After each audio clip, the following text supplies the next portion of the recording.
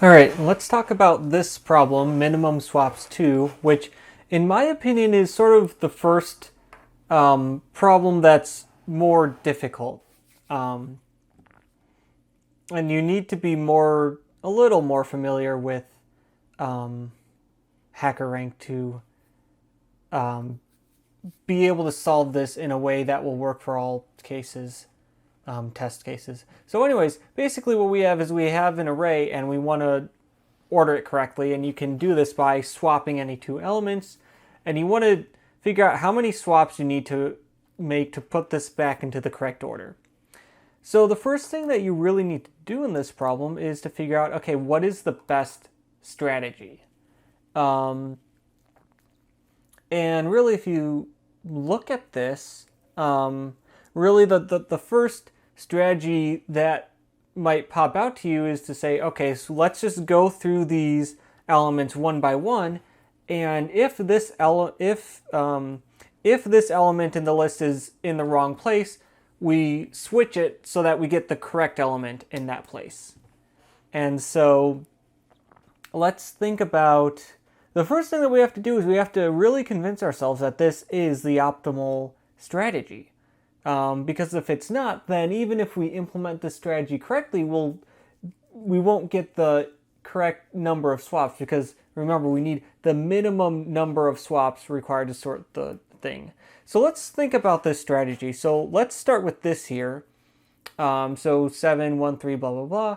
Let's say we wanted to use our strategy here. The first thing that we would need to do is not what they did, but instead we want to swap index 0 with index 1, because we want to get 1 here. The first thing we want to do is we want to get 1 here. We want to fix this first index, which is index number 0, because of starting indices at 0.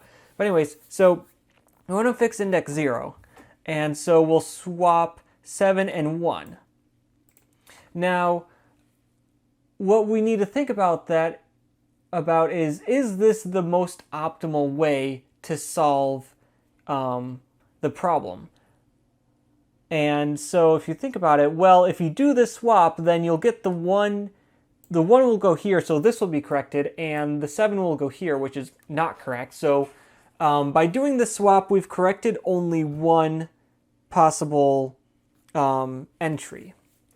Now, could this be improved? Well, it is possible to flip two entries and correct both of them. Like, for example, that's what happens at the last step here. We flop 7 and 6, and they're both corrected. So the only other possible scenario would there be another move you could make, which would make it so that you could do another sort of double flop down the line, or do a swap that corrects 2 at the same time later. And so what we would think is, what if we move this 7 over here to this 2, which is what they did here. So what if we swapped 7 and 2 so that all we have to do after this is what they did and swap 0 and 1, and then this is corrected here. So here we do have 2 being corrected at the same time.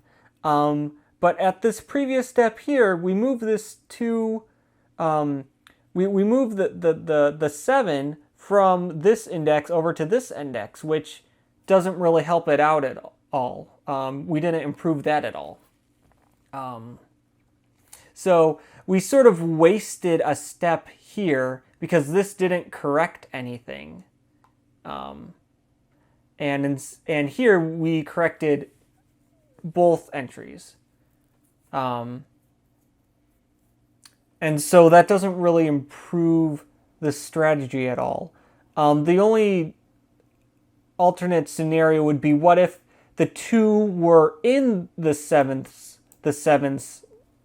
correct position, so that when you do flip the 2 and the 7, you do correct all 2 at the same time.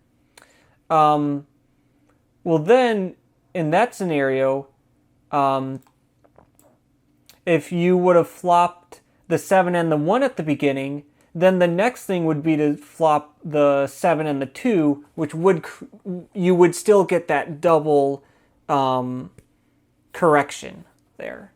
So this isn't really a mathematical proof, but this line of thinking should convince you that just taking care of every single entry one at a time is going to be the best thing to do. And of course, you don't need a mathematical proof for this exercise, because it's not about proofs. It's about solving the interview problem. Although again, if you're in an interview scenario, you want to be able to convince whoever you want to be able to convince the interviewer that you know what you're talking about. And so it's good to be able to talk through that logic of, this is why this is the best strategy. So anyways, and now we see the constraints. What this is telling us is that these lists can be pretty long. So we're going to need to have a pretty efficient algorithm. And so in order to do this, what I ended up doing, and of course part of the reason why I call this one of the more difficult ones is that I wasn't familiar with Python enough to know what the best way to do this would be that would work for all test cases. So what I ended up doing was I went over here into discussions and I was able to find the answer there. And of course, for all these questions, if you really want to, like if your goal is to just sort of have your own HackerRank account where you've solved all these questions, you can always just go to the discussions board and find the correct answer there. But that's not really useful for you if you're trying to get better at coding, because what you need to do is you need to understand how these algorithms work and how these people came up with these correct solutions. And so let's go ahead and do this. So this particular, let me write down, so this is, you can find, I believe this is the username of the person who posted it in the discussion where I got this from. Okay, so let's start. So we've got this. So the first thing that we have is this reference array that we're going to be referring to, which is why it's called reference array.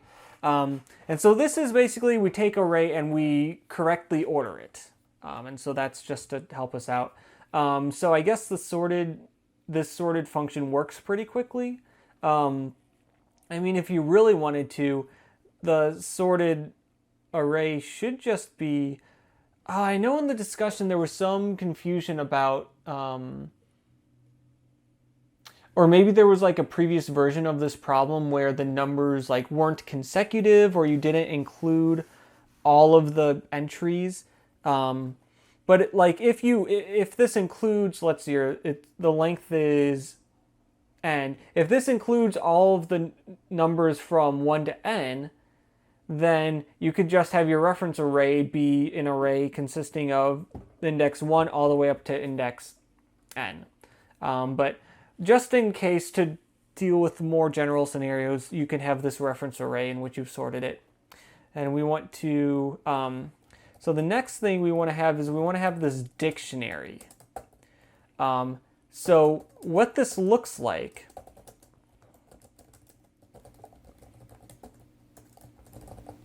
so enumerate R basically goes through this, so this is R, so this is the list. So ARR, this is the list of the jumbled numbers. So this goes through the jumbled list and assigns an index to each entry. However, basically what this is doing is this dictionary that we're looking at, instead of, so the column that you look by is the V, and the thing you look up is I. Or rather, if you're trying to look for something in this dictionary, the thing that you plug in is the value v, and the thing you get out is the value I. Now, when you use the enumerate, let's go ahead. I think the best way to explain this would be to print this. And of course, this isn't going to work. But this just shows you, so the list is 4312. So when you go with enumerate, it gives you I and v. So I is going to be the index and v is going to be the value. So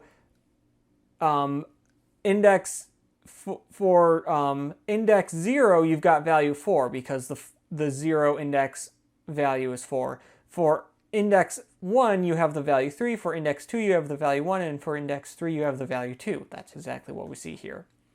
However, in our dictionary, what we want to look up is we want to take these, the actual numbers in the jumbled list, and we want to look up their location.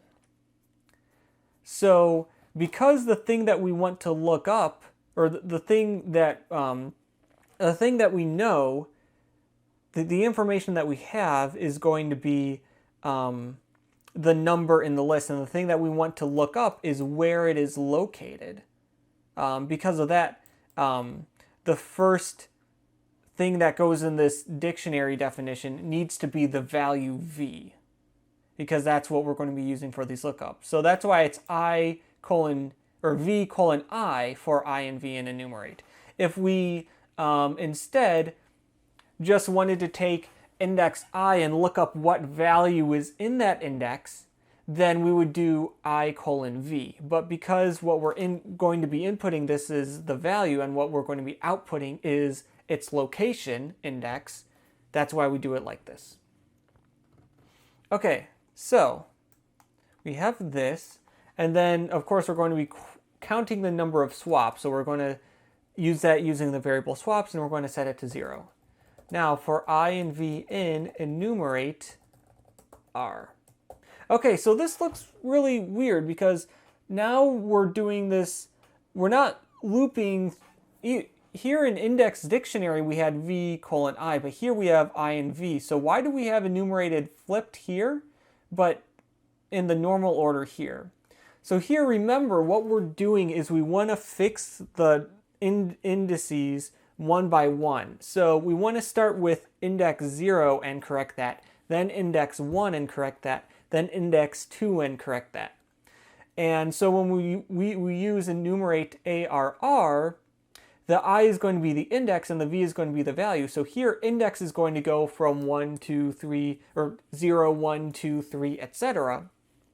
And that value is going to be set to I, and then the value set to v is going to be whatever value is in the corresponding index. All right, and so let's see here, we're going to correct the value in index I if necessary.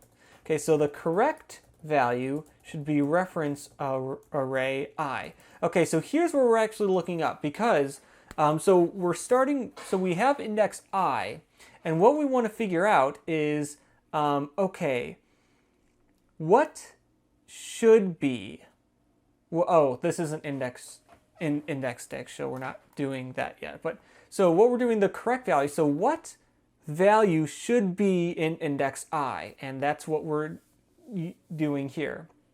And so if we are in the if we have the correct value here, then v should be equal to this value, because remember, v is the value in index I. So we will need to correct it if, we will need to make a correction if v is not equal to the correct value.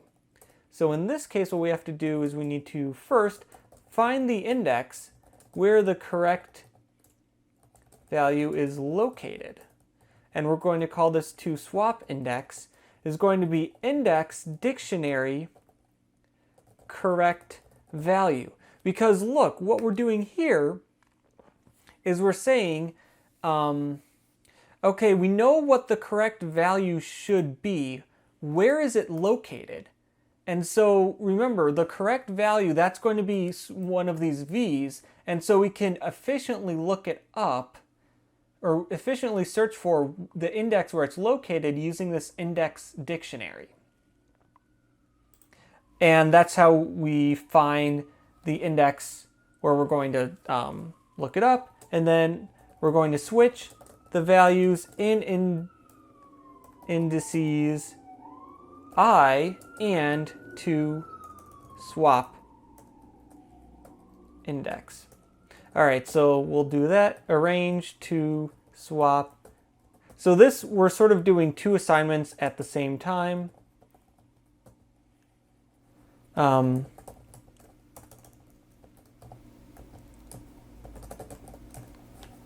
me just type this out. So what we're doing is we're setting in the jumbled list, we're taking the value that's in index to swap index and replacing it with the value in index I. And similarly, we're taking the value in index I and replacing it with the value in index to swap index.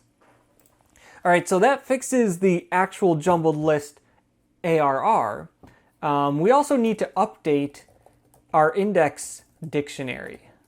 So the value V, we need to update its index location from I to swap index.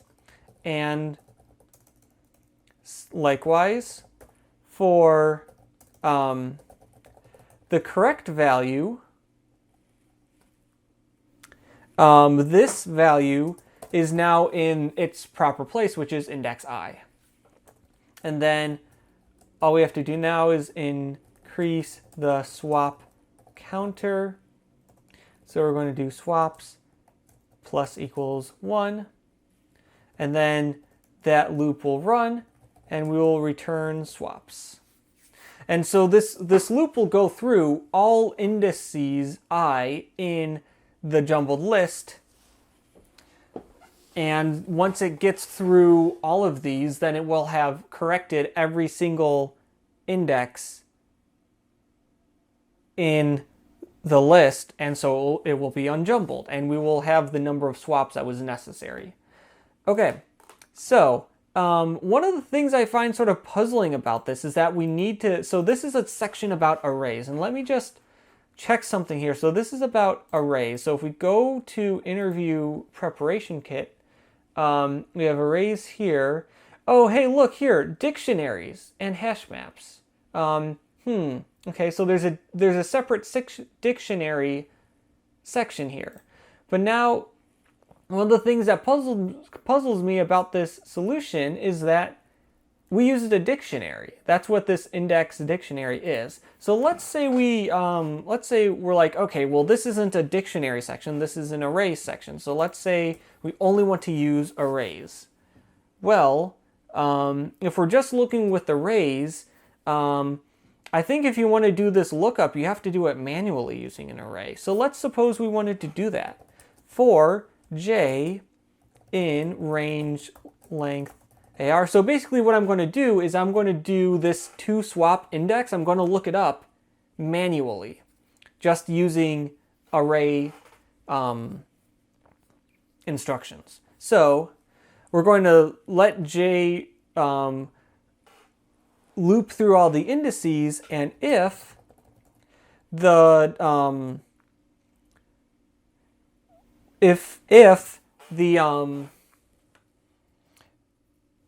the value in the jth index in the jumbled list is equal to the correct value, the one that we're looking for, then that's the index that we need to swap with. So then to swap index is going to be set to j. So let's go ahead and run this and see what happens. Hey, it works. So that's good. So now let's go ahead and submit the code. And we see, okay, well, wow, it looks like it's really working well. So that's good. And it's thinking a little bit. Okay, that's a little odd. I wonder what happened in those. And then we're still waiting on test case 14. So time limit exceeded. So these were all terminated due to timeout. So this thing that we did here using lists and using arrays timed out. However,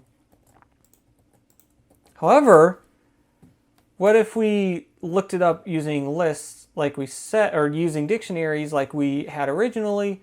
This seems to work here, and now we try submitting the code, and wow, it just completely works immediately.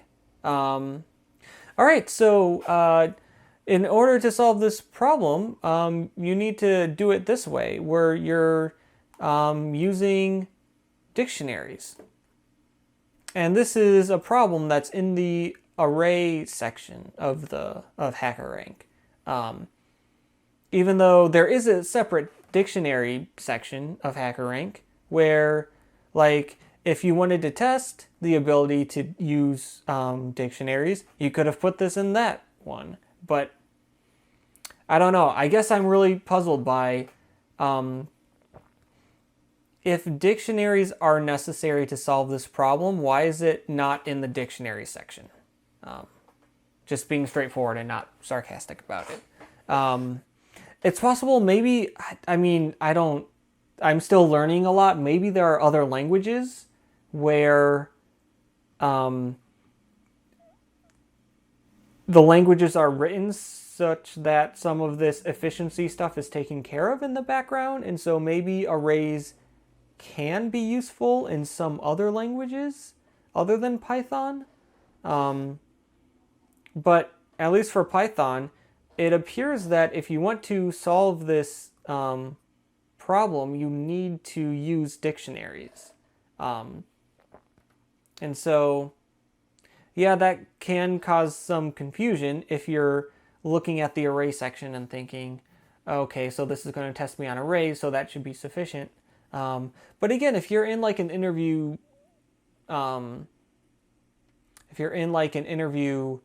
environment, they're not going to say like, okay, this interview question is going to test you on arrays. They're going to just be like, okay, here's an interview question.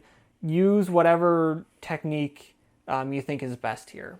And so I guess the point here is that even if it's not, even for these sections outside of the dictionary section, dictionaries can be really good for looking up information quickly, especially for these some of these problems which are looking for codes that are able to run efficiently so that it doesn't time out. So yeah, anyways, there are a few things about this solution that are a little counterintuitive in my opinion, especially doing this index dictionary having V then I, whereas in the loop you have I then V, and just figuring out how to use dictionaries in this problem in the first case. But in any case, if you're able to think about how to set up this problem and you know how to use dictionaries in this scenario, then this is how you go about solving the problem. And so there we go.